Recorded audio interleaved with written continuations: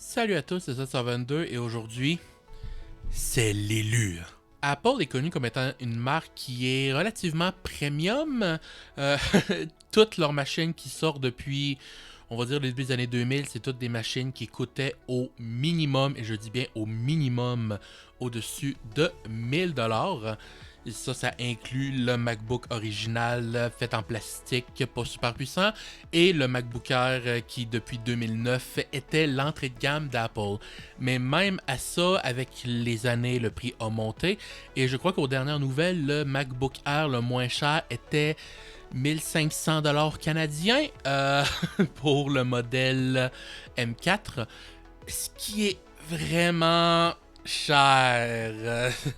Quand on compare qu'on peut avoir des ordinateurs, des PC Windows entre, on va dire, 300 pour les très mauvais et entre 900 pour des relativement bons modèles. Il y avait vraiment un manque du côté d'Apple pour des appareils un petit peu plus abordables et c'est ça que ce MacBook essaie de régler. Donc, vous avez probablement entendu parler de ce modèle-là dans les derniers mois parce qu'il a fait énormément parler de lui. C'est le MacBook Neo. C'est également la première fois depuis 2008, si je me trompe pas, qu'Apple introduit un nouveau modèle. Il y a eu le MacBook original de 2006 à 2009, jusqu'à 2010, suivi d'un reboot en 2015, 2016, 2017. Il y a eu le Air qui a été introduit en 2008 et qui a été utilisé jusqu'à ce jour. Et il y a le Pro qui a été introduit en 2006 et utilisé jusqu'à ce jour. Ces gammes-là n'ont jamais changé. Le Air est passé de haut de gamme à bas de gamme avec le temps, mais c'est la première fois qu'on a vraiment un nouveau modèle qui a un nom qui n'est pas du tout inspiré des anciens MacBooks. Donc le Neo. Pourquoi Neo? Je ne sais pas. Apparemment, il y en a qui disent que ça pourrait être une référence à Matrice. Je vois pas pourquoi Apple aurait fait ça, mais pourquoi pas. Mais ceci est l'entrée de gamme d'Apple. C'est un MacBook qui a été introduit au prix de 800$ canadiens. On va en parler. Vous allez voir que ça peut-être il y a un petit astérisque là-dessus. Mais voilà, c'est un MacBook à 800$. Mais est-ce que ça vaut la peine d'acheter un MacBook à ce prix-là? C'est ce qu'on va voir aujourd'hui. On va regarder un peu la boîte. Donc sur le dessus, évidemment, on voit le MacBook en tant que tel, l'image. En sachant qu'il y a 4 couleurs différentes. Donc il y a le bleu, celui que j'ai ici. Il y a le rose, il y a le lime, qui est vert, entre vert et jaune, selon la luminosité autour de vous, et un argent qui est tout simplement le gris standard aluminium, qui est le modèle basique de Mac depuis très longtemps. J'espère qu'ils vont introduire d'autres couleurs, j'aimerais beaucoup ça, voir par exemple un rouge ou un orange, mais voilà, c'est vraiment bien. Je crois que c'est la première fois qu'un MacBook vient avec des couleurs un petit peu bizarres. Le MacBook Air, si je ne me trompe pas, depuis le modèle M2, a aussi un modèle bleu, mais c'est un bleu beaucoup plus foncé, presque noir. Et même le modèle argent, c'est un modèle, je crois, Midnight qui appelle, qui est gris très foncé. Donc c'est vraiment le premier MacBook avec des couleurs beaucoup plus pétantes. Après ça, sur le côté, évidemment, vous voyez que la boîte est un peu maganée. Ça fait un moment que j'utilise cet ordinateur-là. MacBook Neo. Ici, on a le logo Apple. Toujours MacBook Neo, toujours un logo Apple ici. Et en arrière, on a on a un petit peu les spécifications et on voit déjà la première chose qu'Apple a dû faire pour descendre le prix aussi bas. MacBook Neo 13 pouces, un écran 13 pouces, c'est tout à fait standard. 8 GB de RAM. C'est pas beaucoup. Depuis, je crois, la génération M4 d'Apple, donc M4, M5, et je crois même la fin de la génération M3, Apple avait monté toutes leurs machines à 16 GB minimum. Pour ceux-là, sont redescendus à 8 GB. Il y a des raisons techniques pour ça, on va les voir après. Et 256 GB de stockage, en sachant qu'il y a un modèle 512 GB qui vendent, qui est un peu plus cher. Et qui rajoute aussi quelque chose d'autre qu'on va voir aussi après. Et ici, on a quelques autres informations. Processeur central 6 cœurs, processeur graphique 5 cœurs. C'est un peu bizarre, on va voir ça. Écran liquide Retina de 13 pouces avec rétroéclairage d'elle. Bon, écran 13 pouces, 2408 par 1506. C'est une résolution un petit peu plus faible que le MacBook Air. Je crois que le MacBook Air est plus autour de 1600p, hein, mais ça reste vraiment beaucoup plus élevé que la plupart des ordinateurs Windows dans cette gamme de prix-là. Normalement, on va plutôt tourner autour de 1080p, 1200p.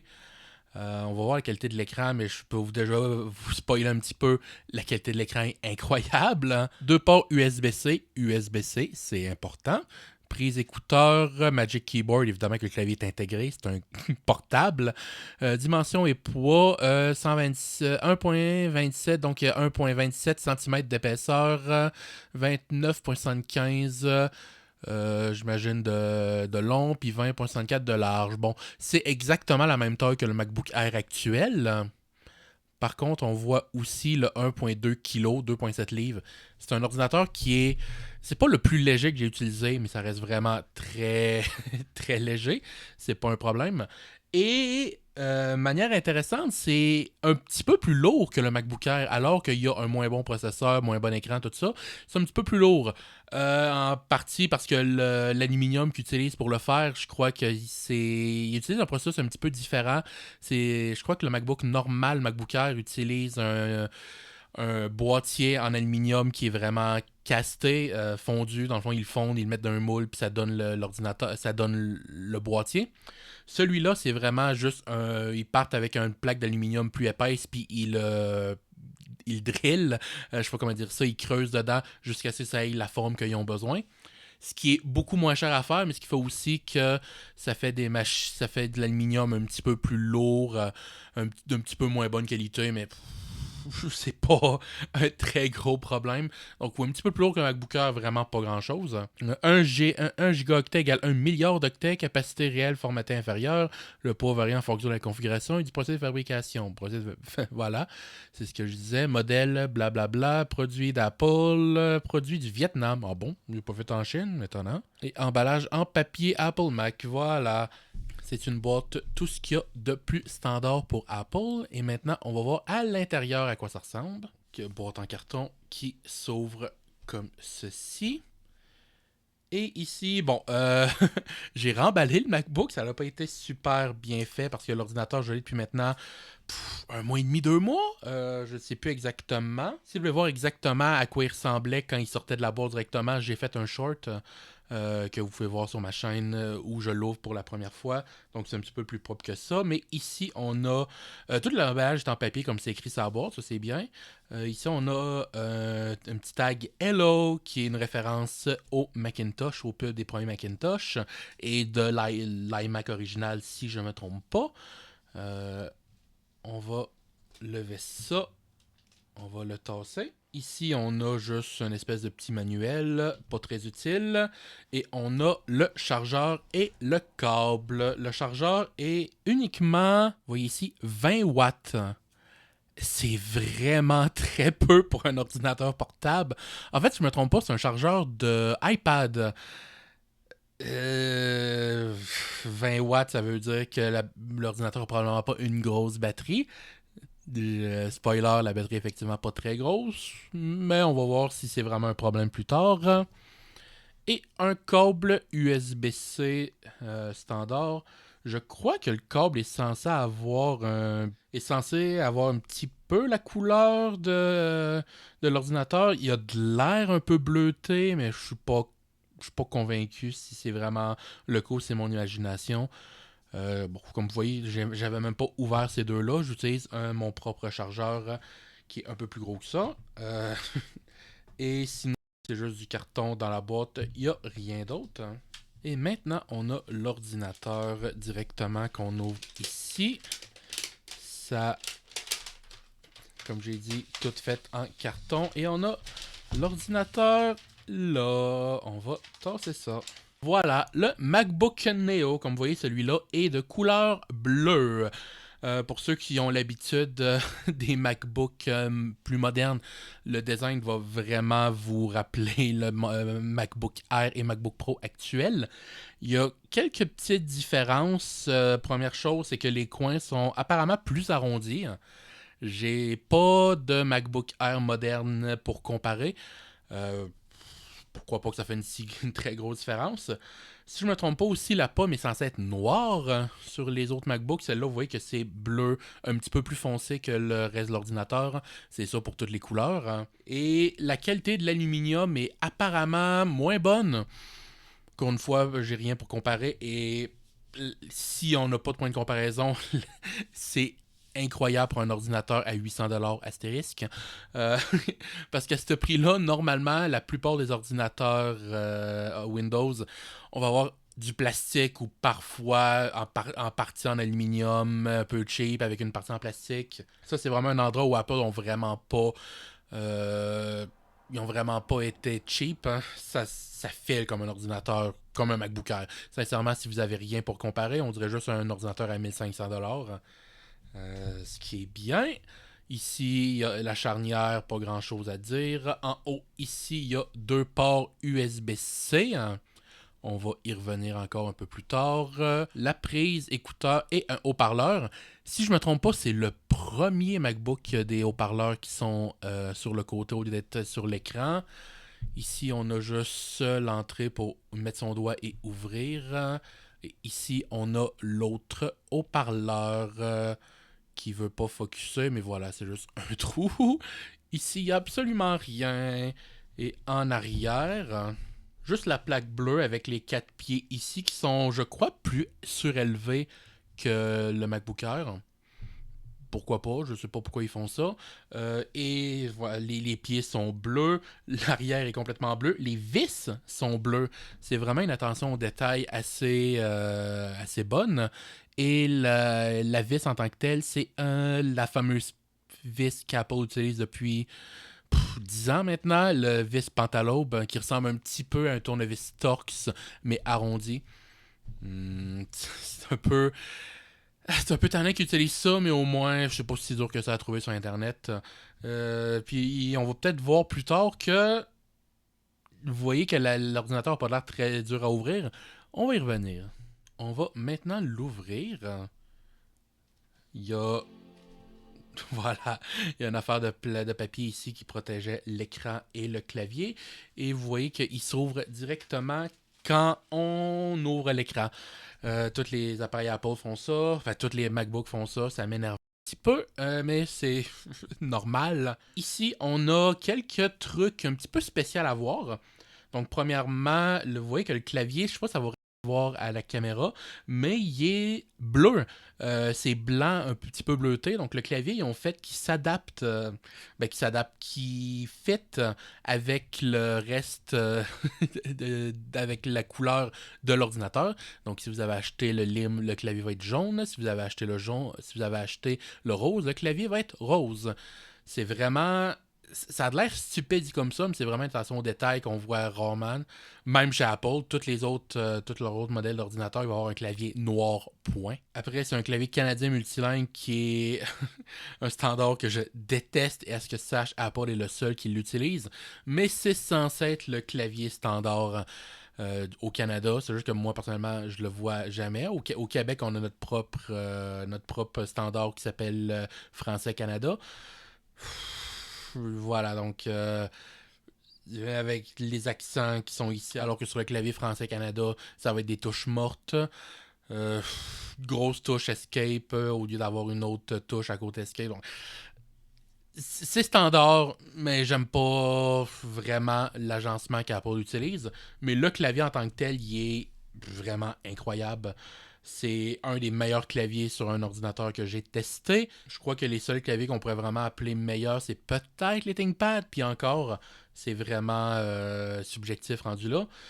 Et ici, une autre spécificité, vous voyez que c'est un bouton pour verrouiller l'ordinateur. Sur toutes les MacBooks depuis, je crois, 2015, c'était ici est censé avoir un détecteur d'empreinte digitale qui est aussi le bouton Power. C'est une des choses qu'ils ont sacrifié pour pouvoir descendre le prix de l'ordinateur. Il n'y a pas d'empreinte digitale, sauf si vous achetez le modèle 512 Go. Dans ce cas-là, ça enlève le bouton verrouillé et ça remet le détecteur d'empreinte digitale. Je crois qu'il y a 200$ de plus. Donc, si vous avez vraiment besoin de l'espace additionnel, ça vaut probablement la peine. Puis c'est un beau bonus. Il y en a vraiment qui n'aiment pas devoir mettre leur mot de passe pour ouvrir l'ordinateur.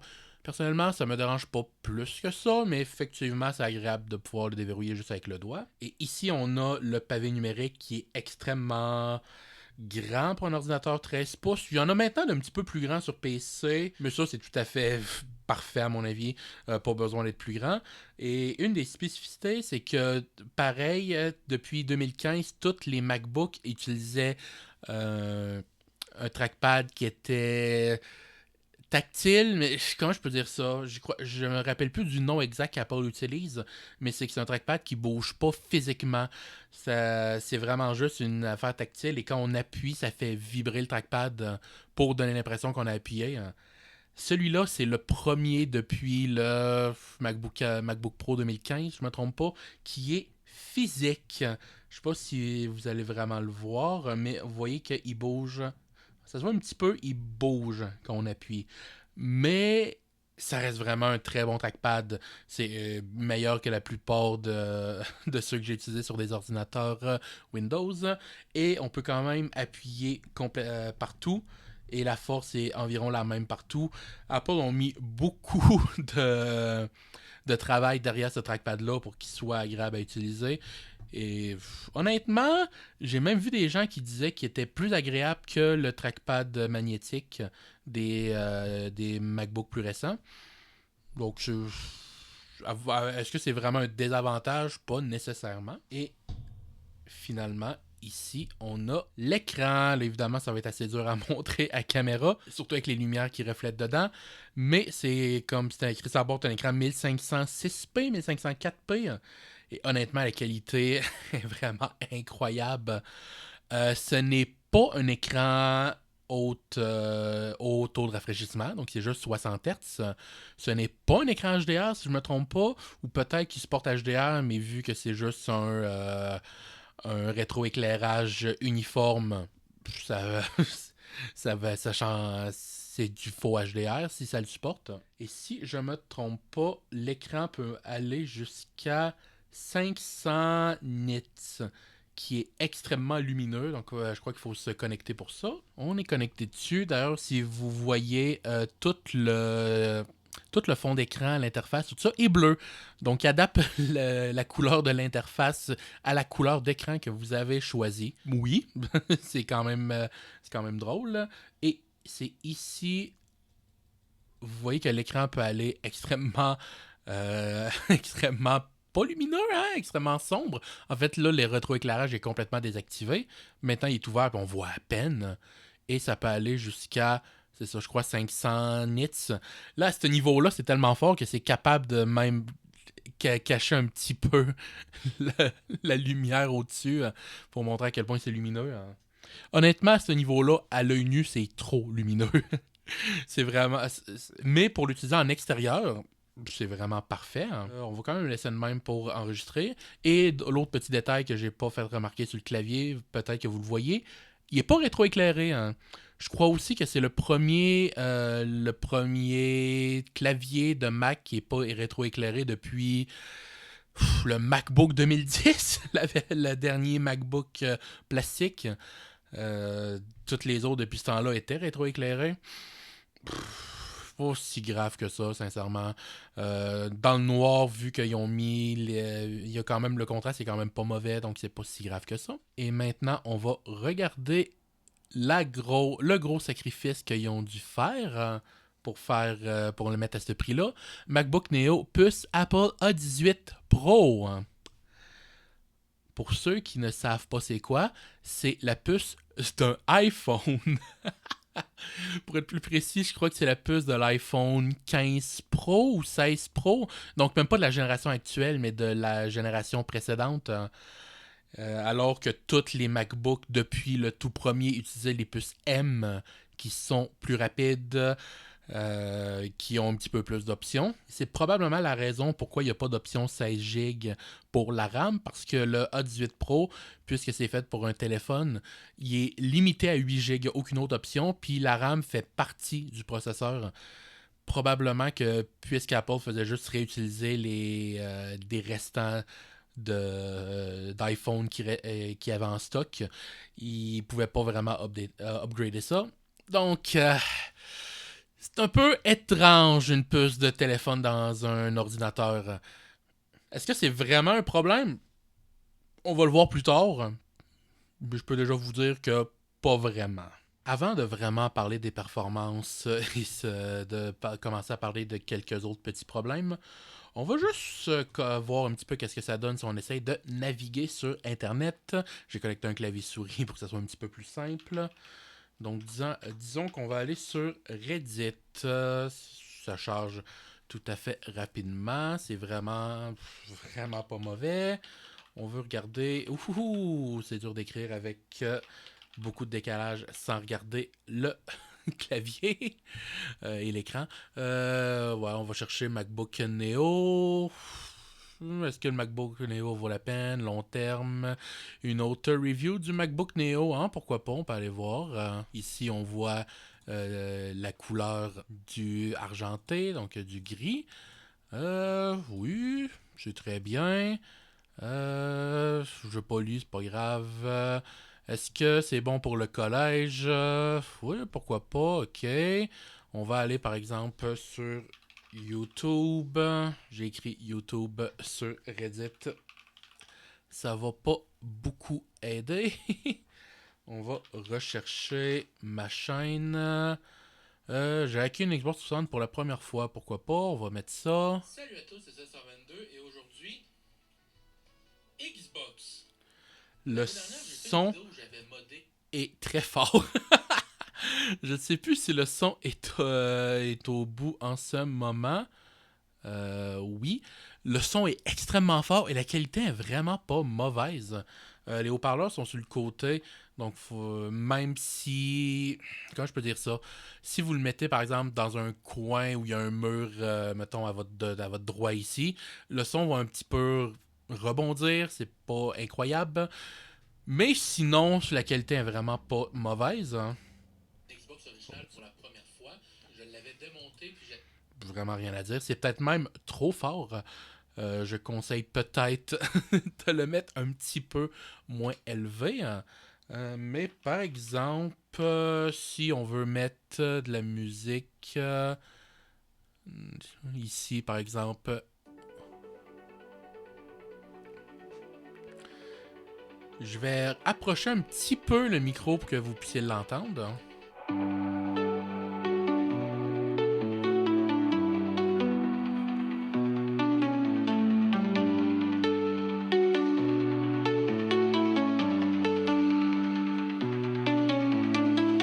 Vraiment rien à redire de mon côté.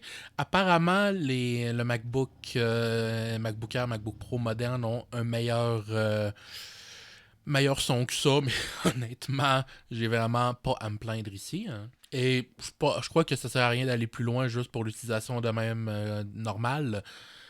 Il y a vraiment rien à redire. L'ordinateur est extrêmement rapide, il réagit super bien, il n'y a aucun fan, je ne sais pas si vous avez réalisé.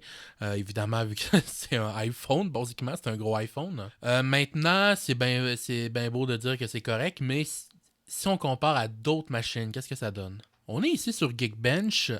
Comme vous pouvez voir, voilà ce Mac en particulier, le score qu'il y a eu. Donc en monocœur, 3501 et en dual-core, 8417. Évidemment, à première vue, ça ne dit pas grand-chose. Ça a l'air relativement élevé. C'est un processeur 6 cœurs. Sur les 6 cœurs, il y en a 2 performances, 4 économies d'énergie. Et voilà, donc ça veut rien dire. Pour voir qu'est-ce que ça donne mieux, ici, j'ai fait le test sur un MacBook Air 2020, qui est la première génération de MacBook ARM faite par Apple. Et 2397, 3501 en monocœur, qui est probablement le plus important pour l'utilisation normale de tous les jours. Le nouveau qui a je rappelle, un processeur de téléphone est beaucoup plus rapide que le premier MacBook M1 et en multicœur un petit peu plus faible, mais c'est vraiment pas tant que ça. Puis la différence, c'est surtout que, si je me trompe pas, celui-là a juste... Voilà, il y a juste 2 cœurs de plus. Et pourtant, il est à 400 points. Et même si le M1 est un processeur qui a 6 ans, il est encore 100% utilisable de nos jours. Si on veut juste comparer à d'autres ordinateurs, par exemple, le M4, vous voyez qui est celui dans le Mac Mini que j'utilise en ce moment pour filmer. D'ailleurs, en monocœur, c'est presque la même chose. Et en multicœur, c'est beaucoup plus élevé, évidemment, environ le double. Mais encore une fois, on parle d'un M4 qui est un processeur complet pour un ordinateur de bureau et un processeur de téléphone. Et en monocœur, qui, encore une fois, est probablement le plus important, et presque au même niveau. C'est un peu ridicule. Hein? Je pense une meilleure comparaison encore, c'est celui de l'ancien processeur de mon ordinateur de bureau, un Ryzen 5600X, qui est un processeur 6 cœurs 12 threads, qui est un ordinateur de bureau qui utilise 65 watts, alors que lui utilise 5 watts, si je me trompe pas. Et vous voyez que en monocœur, le A18 Pro est plus puissant, et en dual-core, il est à peine moins puissant. Évidemment, c'est un processeur qui a quelques années maintenant, le 5600X, mais le processeur à lui tout seul prend plus que le MacBook au complet. Donc, c'est vraiment extrêmement impressionnant. C'est pas le meilleur processeur que vous pouvez faire. En fait, c'est même objectivement le processeur le moins puissant qui a fait tourner... processeur ARM le moins puissant qui a fait tourner macOS sorti officiellement. Parce que théoriquement, il y en a eu un aussi, je crois que c'est le A12X pour le tout premier de développement. Mais ça reste incroyable. C'est vraiment plus qu'utilisable.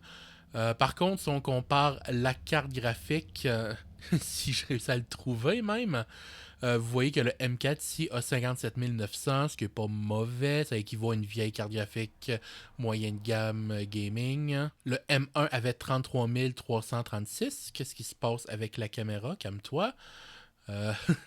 Qui était pas mauvais, encore une fois. C'est le niveau d'une GTX 1060 qui est une vieille carte graphique, mais pour une carte graphique intégrée, c'était correct. Et le A18, le voilà, 19 331.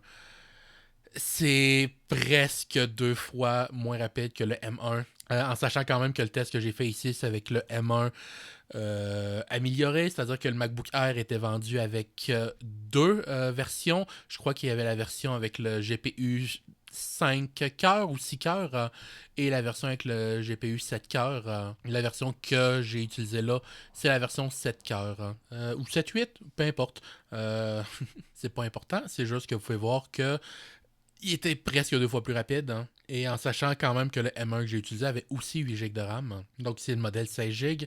Il y a des chances que ce soit un petit peu mieux. Honnêtement, c'est la seule chose qui est vraiment moins bon. Parce que dans l'utilisation de tous les jours, puisque le monocœur est plus rapide que le M1 de beaucoup, dans l'utilisation de tous les jours, l'expérience est juste meilleure. L'ordinateur est juste plus réactif. Il chauffe moins. Pas que le M1 chauffait beaucoup, mais lui il chauffe, en tout cas, quand il touche comme ça, on sent jamais de chaleur. On va y revenir. Hein. Mais c'est vraiment bon. Il y a juste le GPU qui est objectivement moins bon. Mais vu qu'il est plus moderne, il peut supporter plus d'affaires RTX, RT, Ray Tracing, Upscaling, tout ça. Donc, c'est pas si mauvais que ça au final.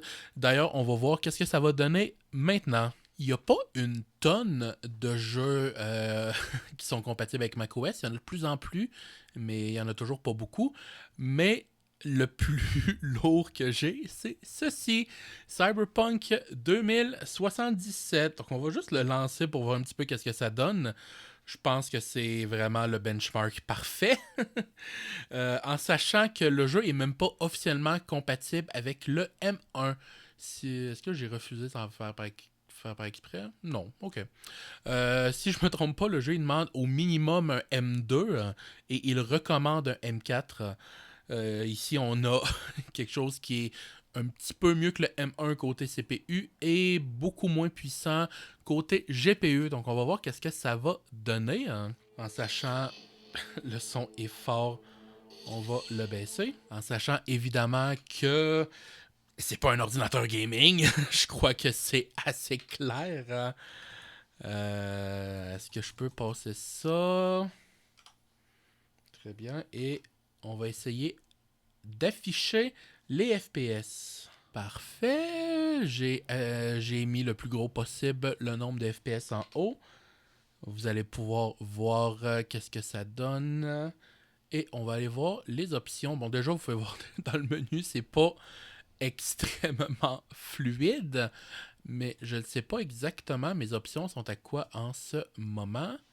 Ils sont cachés. Pré-réglage ce Mac. Je vais assumer que c'est probablement au plus bas. Hein. Ça ressemble à ça. C'est pas mal tout au plus bas. Donc on va laisser les paramètres par défaut et on va lancer une partie juste pour voir qu'est-ce que ça donne. Juste pour être clair, si le jeu tourne pas bien, je vais pas dire que c'est une mauvaise machine pour autant. Ça c'est vraiment juste un benchmark pour voir si vraiment c'est votre seule machine, est-ce que vous pouvez jouer un petit peu à des jeux. Parce que si Cyberpunk fonctionne à peu près, vous pouvez être sûr que la plupart des jeux qui existent sur macOS vont fonctionner. Hein. Et 20, 21, 24, c'est pas incroyable. 23, 20, il y a effectivement. Mais si je me trompe pas, en ce moment, la résolution doit être assez élevée. Échelle de résolution, métal FX, blablabla, tout ça. OK. Donc, est-ce qu'on peut désactiver ça? Puis, la résolution, je suis en 1634 par 1024. Si j'essaye de mettre la résolution native, puis que je fais juste augmenter l'upscaling, qu'est-ce que ça va donner? C'est ça, 21-20, c'est la même chose. Et je crois qu'on peut tout simplement mettre plus d'upscaling pour donner un meilleur... Non, on peut pas aller plus bas que 50. Donc, dans ce cas-là, on va essayer de se mettre en 800p, ce qui est une résolution très faible. Et là, le jeu, on est capable d'avoir 30 FPS. Je joue avec beaucoup de décalage. Mais on les petites baisses à 30. Mais là, le jeu aussi, vous allez probablement pas le voir. Il est pas très beau. On a en 800p avec l'upscaling. Ouais, c'est pas très bien. Puis là, je file en 30 FPS, mais vous voyez quand même qu'il y a beaucoup de flou. Même en 30 FPS, filmé à travers une caméra, vous pouvez voir que c'est pas normal ce qui se passe avec ça quand je bouge. Bon, c'est pas incroyable, mais honnêtement, c'est vraiment pas si mauvais. C'est jouable, probablement. Si vous êtes correct à descendre les graphismes au plus bas et à jouer avec un nombre de FPS assez faible, c'est jouable. Un autre benchmark, si on peut dire, que je veux tester, c'est j'ai installé DaVinci Resolve, qui est le logiciel que j'utilise pour faire mon montage vidéo pour la chaîne. Est-ce que cet ordinateur-là est capable de le supporter? J'ai connecté un SSD externe, qui est le SSD que j'utilise normalement pour stocker toutes les, les vidéos. On va pas le mettre à jour. Donc, vous pouvez voir que j'en ai déjà upgradé une, qui était la vidéo sur la NES AliExpress. Hein. Ou en tout cas celle où j'ai remplacé le processeur et le PPU, tout ça. Et j'ai pris cette vidéo-là en particulier parce que c'est une vidéo qui a été filmée en 4K 60 FPS, en tout cas qui a été faite en 4K 60 FPS ici dans le montage vidéo. Donc c'est une vidéo qui est vraiment difficile à faire monter. D'ailleurs, même mon Mac M4 a du mal à faire le montage de ce genre d'affaires-là. C'est juste pour voir, est-ce que ça fonctionne? Si on fait juste lancer la vidéo, vous voyez que c'est assez fluide. Hein? C'est pas vrai, je suis pas vraiment marqué, mais si je me trompe pas, ça doit être en 1080p. C'est-à-dire de la moitié de la résolution de la vidéo. Et vous pouvez voir ici le nombre d'FPS sur lequel ça tourne, donc ici on a 60. Si on saute à des endroits, bon, on voit que ça peut prendre 1 seconde avant que ça remonte à 60. Mais c'est vraiment pas mauvais, hein. Tout ça, ça fonctionne. Après ça, si on essaye de zoomer le plus possible pour essayer d'avancer image par image, ça fonctionne. Des fois, il y a certaines machines qui peuvent avoir du mal à faire ça. Même si j'utilise le clavier pour avancer image par image, vous voyez que ça fonctionne. Je sais pas trop. Il y a peut-être un moment de la vidéo avec un petit peu plus d'effets. Donc ici, il n'y a pas nécessairement beaucoup d'effets, mais vous voyez qu'il y a quand même quelques trucs qui s'affichent en même temps. Voilà, vous voyez que ça prend un petit peu de temps à créer ça s'adapter aux 60 FPS. Mais ça a l'air de tourner parfaitement. Et si on veut faire le montage vidéo, c'est un petit peu plus un problème. Évidemment, j'ai déjà tout testé ça. Quand j'ai essayé de faire le montage, ça m'affichait environ 1h15. En sachant quand même que une vidéo 4K 100 FPS, c'est extrêmement lourd. Même mon ordinateur principal qui a un Ryzen 5700X et une Radeon 9060 XT, ce genre de vidéo-là, ça prend 35-40 minutes à monter. Par contre, si on le fait en 30 FPS, là, ça va plutôt descendre à la moitié du temps, logiquement, donc plus autour d'une demi-heure. Et honnêtement, une demi-heure, c'est vraiment 100% utilisable. Puis si en plus vous filmez pas en 4K mais en 1080p, vous voulez faire du montage en 1080p, cette machine-là, même si c'est littéralement la machine la moins chère d'Apple et la moins puissante qu'ils ont faite depuis 2020, honnêtement, c'est vraiment pas une machine faite pour le montage vidéo, hein, mais c'est vraiment 100% utilisable pour des choses un petit peu plus simples si vous limitez en 1080p 100 fps ou 4K 30 fps. Depuis tantôt, je le compare un petit peu au MacBook Air M1. Pourquoi pas le comparer directement comme ça pour voir pour voir les différences. Donc, première chose que vous allez peut-être voir si j'échange comme ça, vous voyez que le nouveau MacBook Neo est quand même assez plus petit que le MacBook M1 MacBook Air. Peut-être 1 cm de moins au bas et un 3/4 de centimètre sur le côté ici.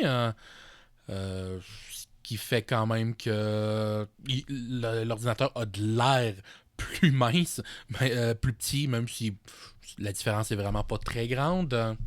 Si on regarde en épaisseur, de ce côté-là, je crois que le MacBook Air M1 est un petit peu plus épais, à son plus épais, mais le M1 utilisait un design, comment on peut dire ça, qui est nivelé, c'est-à-dire qu'il commence bas puis qui devient plus épais avec le temps. Si on le compare ici, le MacBook Air a de l'air plus petit. Est-ce que c'est mieux? Est-ce que c'est moins bien? J'ai envie de dire que c'est un petit peu subjectif. Tout ce que je peux dire, c'est que le Neo, pour moi, dans mes mains, il a de l'air plus dense. J'irais pas vraiment plus lourd, mais plus dense. C'est vraiment étrange à dire. Sur le côté ici, haut-parleur, ici, il n'y avait rien. Ici, la prise haut-parleur, la prise écouteur, pardon, ici, rien. Et ici, vous voyez les deux prises USB qui étaient aussi ici. Presque. Et ici, écouteur qui a été déplacé là, et le haut-parleur. Je vais enfin finir par parler des prises USB. Déjà, petit détail, vous voyez que même l'intérieur des prises a la couleur de l'ordinateur. Encore une fois, super bonne attention aux détails. Mais ça, c'est une grosse affaire qu'Apple ont dû couper. C'est le premier MacBook depuis très longtemps qui n'a pas de prise Thunderbolt. C'est quoi une prise Thunderbolt? C'est une prise qui a la forme de l'USB-C, hein, comme ici, ça c'en est, mais qui qui est en fait une prise PCI. Donc, ça permet de connecter, par exemple, un GPU externe, pas dans le cas d'un Mac, Apple Silicon, mais sur un PC avec, c'est possible. Pour connecter une carte réseau 10 gigabits si vous avez besoin de tout ça, pouvoir connecter un SSD qui peut être utilisé à sa vitesse maximum, un SSD externe, utiliser un dock qui va permettre d'avoir 3 écrans 4K, tout ce genre d'affaires-là. Le M1, qui est le premier Apple Silicon, avait ça. Le Neo n'a pas ça. Ce sont des prises USB normales. Donc, tout ce que vous pouvez connecter dessus, c'est ce que l'USB normal peut faire. Donc, vous pouvez connecter un écran externe, uniquement un. Hein. Il y a certaines machines qui permettent de connecter deux. Le Neo, c'est un. Un peu dommage. C'est pas aussi grave que ça. Ça dépend. Si vous voulez l'utiliser comme votre ordinateur de travail, ça peut être un petit peu tannant. Si vous voulez connecter de l'Ethernet, ben, ça va être limité à 1 gigabit. Selon votre utilisation, c'est pas un problème. Moi, personnellement, ça me dérange pas vu que mon réseau à l'interne est ça. Mais par exemple, notre réseau au travail, c'est du 2.5 GHz. Donc là, on serait un petit peu limité. Hein. Vous allez juste pouvoir connecter un SSD qui va être limité à la vitesse de l'USB. Ce qui veut dire environ 500 MB/s, ce qui est pas lent, vraiment pas, mais qui a définitivement pas la vitesse que le NVMe peut avoir. Et le plus gros problème entre ces deux-là, c'est que celui-là, le port 1, est un port USB-C 3, c'est-à-dire avec la vitesse qui peut aller, je crois, à 500 mégabits seconde, quelque chose du genre, il faudrait que je valide. Celui-là est un port USB 2, c'est-à-dire le port qui est limité à 30 MB secondes.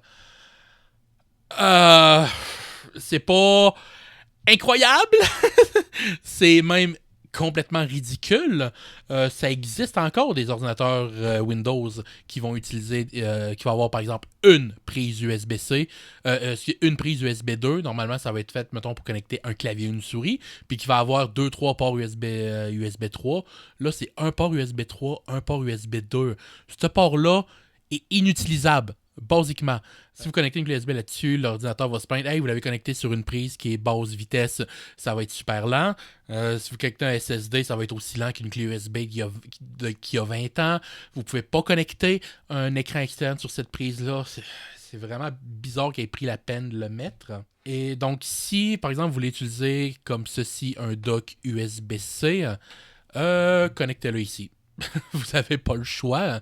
Mais si, par exemple, vous ne voulez pas utiliser un dock comme ça, mais juste un adaptateur USB-C HDMI, par exemple, ce que vous pouvez faire, c'est le connecter ici et connecter votre chargeur là, parce que au moins le chargeur fonctionne dans ce port-là.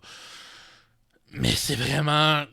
il doit y avoir des raisons techniques pourquoi c'est bloqué à l'USB 2. Probablement que c'est juste que le A18 Pro, vu que c'est fait pour un téléphone, ils n'ont pas assez de bande passante pour mettre deux prises USB 3. Mais c'est vraiment ridicule d'avoir mis une prise USB 2 en 2026 sur un tout nouveau, sur un nouvel ordinateur portable. Finalement, avant d'arriver à la conclusion, on va parler de la batterie. Comme vous avez pu voir, quand on l'a ouvert, il y a juste un chargeur 20 watts qui est le chargeur d'un iPad, puis même pas un iPad Pro, là, juste un iPad normal si je me trompe pas, ce qui indique probablement que la batterie n'est pas très grosse et effectivement, je ne sais pas exactement c'est combien de milliampères-heure, je vais peut-être l'afficher à l'écran, c'est pas très important, mais c'est pas incroyable. Heureusement, vu que le CPU est tellement basse consommation, ça donne quand même une bonne durée de batterie. Pas la meilleure que j'ai jamais vue, mais une bonne. D'après mes tests super scientifiques, c'est-à-dire que j'ai mis une vidéo de 20 heures en 1080p 100 fps avec un timer et j'ai calculé ça prenait combien de temps de passer de 100% à 1%. Sur le MacBook Air M1, ça a pris 6h48. Ce qui est pas mauvais en sachant que c'est un ordinateur que j'ai acheté, je crois, début 2021, donc c'est un ordinateur qui a 5 ans, 5 ans et demi. Il était définitivement un petit peu mieux quand je viens de l'avoir, mais pas tant que ça, la batterie a l'air d'être en bon état. Hein. Et le MacBook Neo, 7h31. Pour être clair, c'est pas mauvais. Ça m'a quand même un petit peu déçu. Parce que moi, dès que j'ai pensé à un MacBook, dès que j'ai appris qu'elle allait mettre un processeur d'iPhone dans un ordinateur portable, ce que je me suis dit, c'est ah wow, ils vont mettre la même batterie que le MacBook Air et on va avoir 15 heures de batterie. Non, malheureusement, la batterie est vraiment plus petite que ce qu'il y a dans le MacBook Air. Probablement pour sauver ça. Donc, je crois que la durée de vie de la batterie est environ la même chose qu'un MacBook Air, peut-être un petit peu moins bon. C'est pas mauvais, encore une fois, mais pour point de comparaison avec un ordinateur mystère qu'on va parler dans une autre vidéo, faire le même test, ça m'a donné 12h56. C'est... On passe de 7h30 à 13h. C'est une grosse différence de batterie, puis c'est un petit peu plus à ça que je m'attendais avec lui. Un petit peu dommage, mais c'est pas si grave que ça. Puis l'avantage, évidemment, c'est que vu que la batterie est pas super grande, même avec le chargeur 20 watts, ça prend 3 heures peut-être la charger, ce qui est pas mauvais. Mais vous pouvez connecter un plus gros chargeur et l'ordinateur est capable de charger en 30 watts. Et ça va prendre 2 heures, 2 heures et demie, charger le téléphone. Oui, charger l'ordinateur au complet. Ce qui est vraiment pas mauvais. Mais c'est ça. Un petit peu décevant de ce côté-là, à mon avis. Mais si vous passez de n'importe quel ordinateur x86, x64, c'est-à-dire Intel, AMD, à ça, c'est tellement mieux. Je vais être honnête avec vous, j'ai essayé de retourner à des processeurs x64 sur un ordinateur portable. J'ai revendu cet ordinateur-là il n'y a pas très longtemps parce que je trouve ça presque inutilisable maintenant sur ordinateur portable. La batterie, elle dure 3h30, puis elle est morte. 4 heures peut-être. Si vous le mettez en veille après une nuit, il n'y a plus de batterie, tout ça. Celui-là, si vous l'utilisez pas beaucoup, honnêtement, si vous prenez 1 heure par jour, par exemple, vous allez le charger une fois par semaine, peut-être même moins. Donc, pas mauvais, juste un petit peu décevant. Et finalement, avant de vraiment arriver à la conclusion, ça va être le moment de parler du prix. Ce modèle de base est sorti au prix de 800$ canadiens. Je vais afficher le prix exact, mais je crois que c'est 600€, ce qui en faisait de loin le MacBook le moins cher jamais fait par Apple et probablement un des meilleurs ordinateurs que vous pouvez acheter point à ce prix-là. Malheureusement, en date d'aujourd'hui, au moment où je vous parle, il y a quelques jours, un petit moins d'une semaine, Apple ont annoncé une montée de prix et le prix de base est monté à 950$. C'est une grosse montée de prix, 150$ de plus. Je crois que ça va être monté à 700€ donc. Et à ce prix-là, ça reste toujours une bonne option, mais malheureusement, c'est probablement plus la meilleure option. Parce que dès qu'on monte à 950 000$, vous pouvez trouver des ordinateurs Windows qui tournent sous processeur Snapdragon, donc aussi ARM, qui vont être plus performants, qui peuvent avoir des écrans pas nécessairement aussi bons, mais quand même de très bonne qualité, un bon clavier, plus de RAM, tout ça pour le même prix, voire moins cher. Ça reste quand même que la qualité de construction de celui-là est incroyable pour le prix. Même à 950$, je crois que c'est assez dur de faire mieux. Mais le plus gros problème, évidemment, c'est les 8 GB de RAM. C'est pas beaucoup en 2026, ni en 2025, ni en 2024. Et même en 2023, ça commence à être un petit peu limité. Donc... puis malheureusement, avec les ruptures de RAM en ce moment, on va probablement pas voir de baisse de prix de sitôt. Mais ouais, ça reste acceptable. Et pour le modèle 512G qui rajoute aussi le détecteur d'empreinte digitale, il était à 1000$, si je ne me trompe pas. Donc à 700€. Hein. Encore une fois, je vais mettre le prix exact parce que je ne m'en rappelle plus. Il a monté aussi de 300$, donc je crois qu'il doit être rendu à 1150$. Non, malheureusement, le modèle 512 GB, je crois pas qu'il vaut la peine. À moins que vous ayez vraiment besoin d'avoir 512 GB, que 256 c'est pas assez. Mais à mon avis, si vous achetez le MacBook le moins cher, probablement que vous avez pas vraiment besoin de beaucoup d'espace. Mais ça, c'est à vous de voir. Maintenant, en ignorant complètement la question du prix, est-ce que c'est un bon ordinateur? Oui, c'est vraiment un excellent ordinateur. De tous les ordinateurs à moins de 1000$ que j'ai essayé dans ma vie, ce qui est quand même un certain nombre parce que je travaille en TI dans une entreprise. Donc j'ai pu utiliser des Dell, des Lenovo, des HP de mon côté, j'ai des Asus, tout ça, vraiment toutes les compagnies, c'est de loin celui qui est de meilleure qualité. Euh, à une ou deux exceptions près, peut-être, vous n'allez pas trouver d'ordinateur en aluminium d'aussi bonne qualité à ce prix-là, avec un écran aussi bon. Honnêtement, j'ai vu des ordinateurs à 2-3 000$ PC qui avaient pas un écran aussi bon. Ça, c'est vraiment incroyable. Le fait qu'il n'y ait aucun fan, c'est vraiment super bon. La durée de vie de la batterie qui est pas la meilleure que j'ai vue, mais qui est vraiment pas mauvaise et qui est mieux que n'importe quel ordinateur x86 que j'ai vu. Et le A18 Pro qui est définitivement pas le meilleur processeur qu'on peut trouver, mais honnêtement, ça reste quand même un excellent processeur. Et le fait que c'est un processeur qui est juste 5 watts, donc qui chauffe pas, et qui a des performances aussi bonnes, honnêtement, c'est dur de trouver mieux, je crois. C'est pas impossible, mais ça reste probablement le Mac que je recommanderais à la grande majorité des gens. Je crois vraiment pas que vos parents ou que vos enfants ou peu importe ont besoin d'avoir un MacBook Air avec un processeur M4 ou M5 qui est juste ridiculement puissant pour aller sur Internet. Donc, est-ce que le MacBook Neo est un bon ordinateur? Oui. Est-ce que je le recommanderais après la montée de prix? Un petit peu difficile à dire. Ça va vraiment être à vous de voir. Vous pouvez définitivement trouver des PC un petit peu moins chers ou dans les mêmes prix qui vont avoir peut-être pas une aussi bonne qualité de construction, mais être plus performants. Donc, est-ce que je le recommande? Oui, mais astérisque, faites quand même un petit peu attention. Donc, j'espère que vous avez apprécié la vidéo. Je ne sais pas pourquoi ça a vraiment été une vidéo un peu stressante à faire. Probablement parce que c'est juste c'est un ordinateur qui est vraiment bizarre, que j'attendais beaucoup, puis que j'ai précommandé dès qu'il est annoncé. J'essaie de rester le plus possible objectif, mais en même temps, j'avais vraiment envie de l'aimer. Donc, j'ai eu beaucoup de mal à savoir comment l'aborder en vidéo. Donc, j'espère que vous avez apprécié.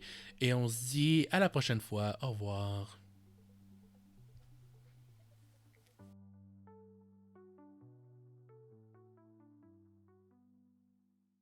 Petit bonus pour la fin de la vidéo. J'avais mentionné au début de la vidéo qu'il y avait juste quelques vis ici à enlever, que l'ordinateur avait l'air d'être facile à ouvrir. C'est ce qu'on va voir.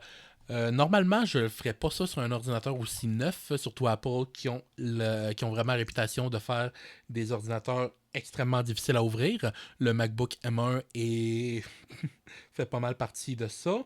Mais celui-là est un petit peu plus spécial dans le sens que de la manière qu'Apple l'a fait, il est extrêmement facile à ouvrir et non seulement il est facile à ouvrir, mais il est aussi réparable, ce qui est une première pour Apple depuis presque 10 ans. Donc c'est ça qu'on va voir ensemble. Donc, le tournevis est un Pentalobe 5 et vous allez voir que les vis sont vraiment très petites, mais il n'y a rien qui les bloque. Il n'y a pas de ce qu'on appelle de Loctite quand on met ça normalement, quand le constructeur met ça, c'est pour pas qu'on puisse démonter l'ordinateur ou pour être sûr que les vis ne se défont pas avec la vibration. Là, il n'y a pas ça du tout. Hein. Donc c'est vraiment pas très difficile à enlever. Il faut juste le bon tournevis. Et si je me trompe pas, ces deux-là vont probablement être un petit peu plus longues. Non. Toutes les vis ont la même taille, ce qui est un peu étrange de la part d'Apple. Hein. Normalement, où la charnière, ils vont mettre des vis qui sont beaucoup plus longues. Pas ici.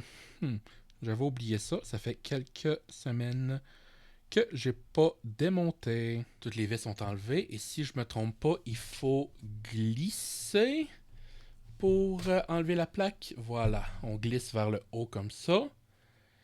Et on est à l'intérieur de l'ordinateur. Qu'est-ce qu'on voit ici? Ici, c'est là qu'on a le pavé tactile. Le trackpad, la manière qui fonctionne, dans le fond, c'est qu'il est suspendu. Je sais pas trop comment décrire ça, mais en fait, c'est que pour qu'on puisse appuyer n'importe où, ça fait qu'il est vraiment en équilibre par les quatre vis. C'est vrai, ça a l'air d'être vraiment compliqué à mettre en place, à faire. Apple ont réussi à trouver la manière. Et il y a toute une grosse plaque de métal ici pour le rigidifier. Tout ce qui est noir ici, c'est une plaque de métal. Et si je me trompe pas, juste cette plaque-là fait quelque chose comme 18%, 20% de la, du poids de cet ordinateur-là. Donc, ils veulent vraiment pas que ça bouge. Ici, on a les deux haut-parleurs. Ici, on a la batterie qui est remplaçable.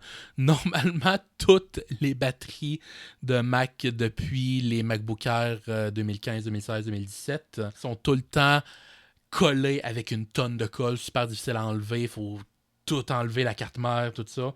Là, c'est pas nécessaire. Faut juste déconnecter la batterie ici.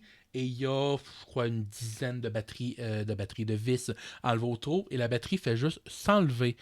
Je vais pas le faire parce que ça me tente pas de devoir la reconnecter. Mais ça prend 15-20 minutes à faire. Ce qui est une énorme amélioration par rapport à toutes les autres Mac, comme j'ai dit.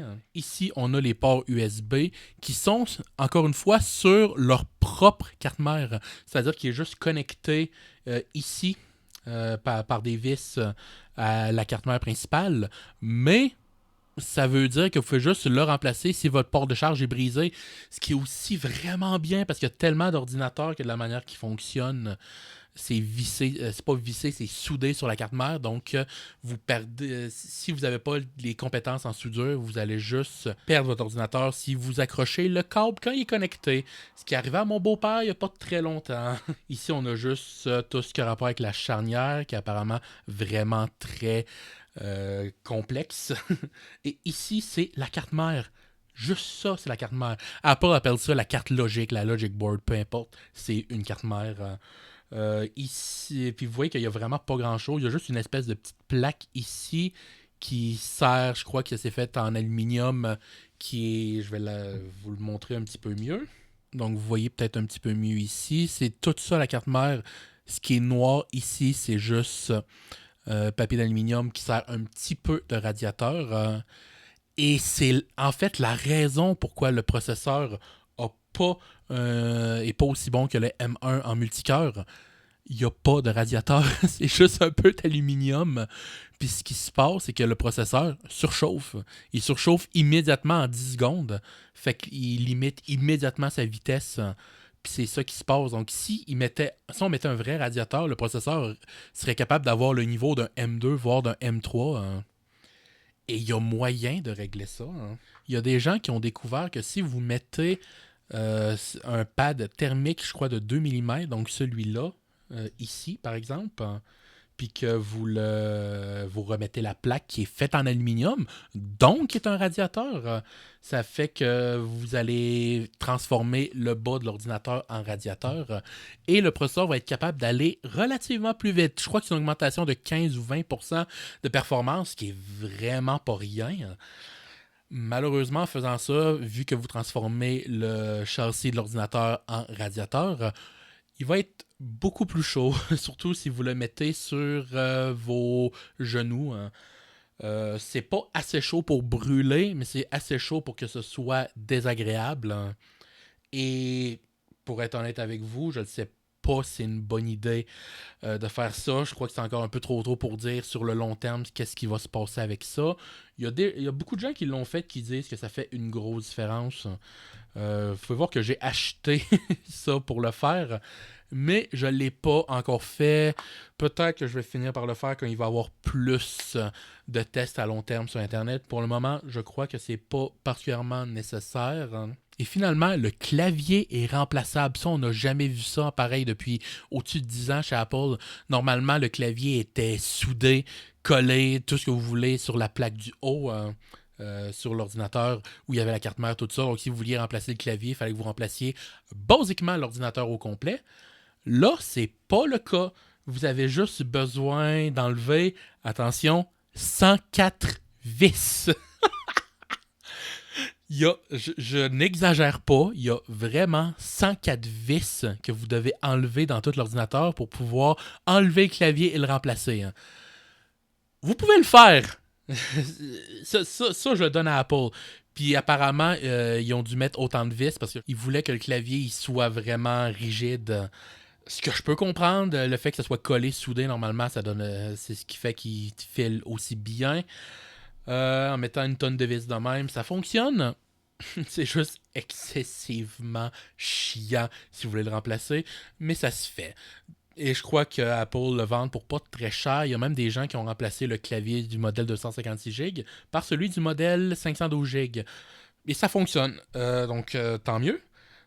C'est juste chiant. Mais ça se fait. Ça va être beaucoup moins cher dans le futur quand vous allez vouloir le remplacer parce que, par exemple, vous avez échappé de l'eau sur votre clavier. Et avec ça, de fait, j'ai rien d'autre à dire sur cette machine. Normalement, on peut juste remettre ça. En fait, c'est ici, c'est comme ça que ça se fait. Vous voyez qu'il y a juste, qu'il y a juste deux affaires de métal ici. En fait, c'est que ça se met, je crois, sur une de ces vis-là. Donc, il faut le faire glisser pour le remettre. Voilà, plus facile qu'on essaye pas de le faire en caméra. Donc, maintenant, j'ai vraiment plus rien à dire sur cet ordinateur-là. Donc, on se redit à la prochaine fois.